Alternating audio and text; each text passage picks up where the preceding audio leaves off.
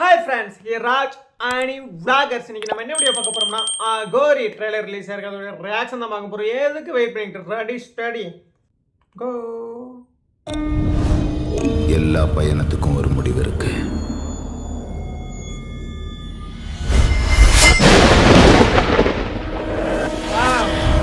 Big அரண்மனை. நீங்க விளையாட்டா செஞ்சது வினையா மாறி இருக்கு.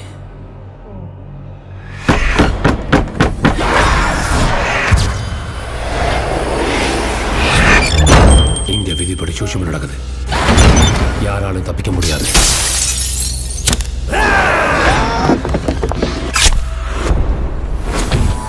ஓம் நமச்சிவாய. இங்க இருக்கிற ஆத்மா அது தொடங்கின கதையை முடிக்கிற வரைக்கும் உங்களை விடாது. நான் ஆசைப்பட்ட விஷயம் எனக்கு கிடைக்கலன்னா கருவோடு அறுத்துருவேன்.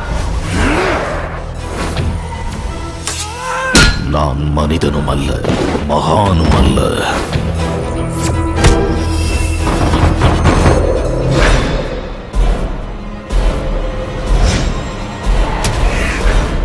பிரச்சனையில் இருக்கீங்க, உங்களை நான் காப்பாத்துறேன்.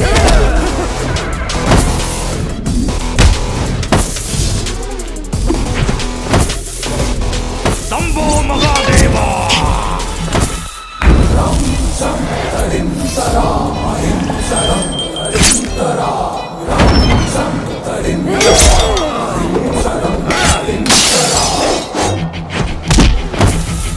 ஓம் நம சிவாய்.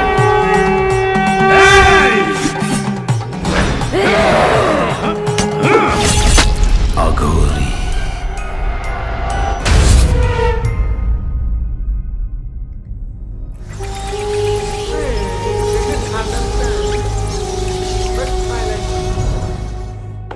அகோரி எல்லாம் இந்த ஜூனியர் ஆர்டிஸ்ட்லாம் சேர்ந்து ஒரு படம் நடித்தா அப்படி இருக்கும், அந்த மாதிரி தான் இருந்தது. எல்லாமே நல்லா நடிச்சிருக்காங்க. பட்டு கிராஃபிக்ஸ் அந்த அளவுக்கு இல்லைன்னு நினைக்கிறேன். ஸ்மால் பட்ஜெட் படம், ஸோ நம்ம எதிர்பார்க்க முடியாது. ஸோ அவங்களுக்கு நம்ம சப்போர்ட் பண்ணணும்.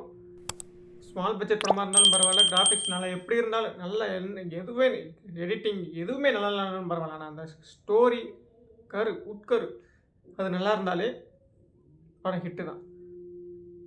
அதுக்காக எதுவுமே எடிட்டிங்கு கிராஃபிக்ஸ் எதுவுமே சுத்தமாக நல்லா இல்லாமல் இருந்தாலும் ஏதாவது ஓரளவுக்கு அவங்களால முடிஞ்சது, அவங்க பட்ஜெட்டுக்கு ஓரளவுக்கு பண்ணியிருக்கணும். ஆனால் கரு கதை கரு நல்லா ஸ்ட்ராங்காக இருக்கணும். கதை ஸ்ட்ராங்காக இருக்கணும். அதுலேயும் பட்ஜெட் அவங்களால அவ்வளோதான் முடியும்னா ஓரளவுக்காவது பண்ணியிருக்கணும்.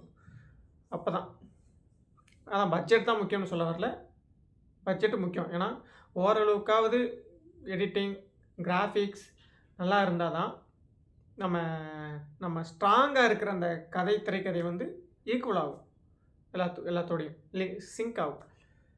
ஸோ அந்த படம் எனக்கு புரியல. ட்ரெய்லர் பார்க்குறப்ப எனக்கு அந்தளவுக்கு புரியல.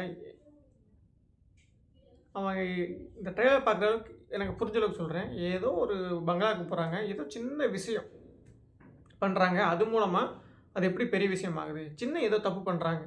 எக்ஸாம்பிளுக்கு ஏதோ ஒரு பொருள் வச்சுருக்காங்க, முக்கியமான பொருள், ஆனால் தட்டி விட்டால் மொத்தமாக காலி. அதே மாதிரி தான் என்னமோ ஒரு தப்பு பண்ணுறாங்க. அந்த தப்பு பண்ணதுனால அவங்களுக்கு என்னெல்லாம் கேடு வருது.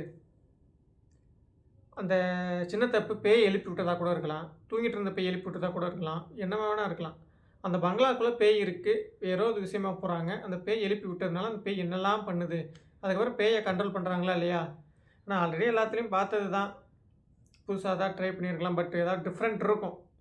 டைரக்டரு ப்ரொடியூசர்லாம் சும்மா அந்த பழைய கதையை எடுத்துகிட்டு வந்துலாம் பண்ண மாட்டாங்க. ஏதாவது டிஃப்ரெண்ட் கதை இருக்கும், நான் நம்புகிறேன். அப்படி ஓகே, வீடியோ பிடிச்சி லைக் பண்ணுங்கள், கமெண்ட் பண்ணுங்கள், சப்ஸ்கிரைப் பண்ணுங்கள். டாய் டாய் டாய்.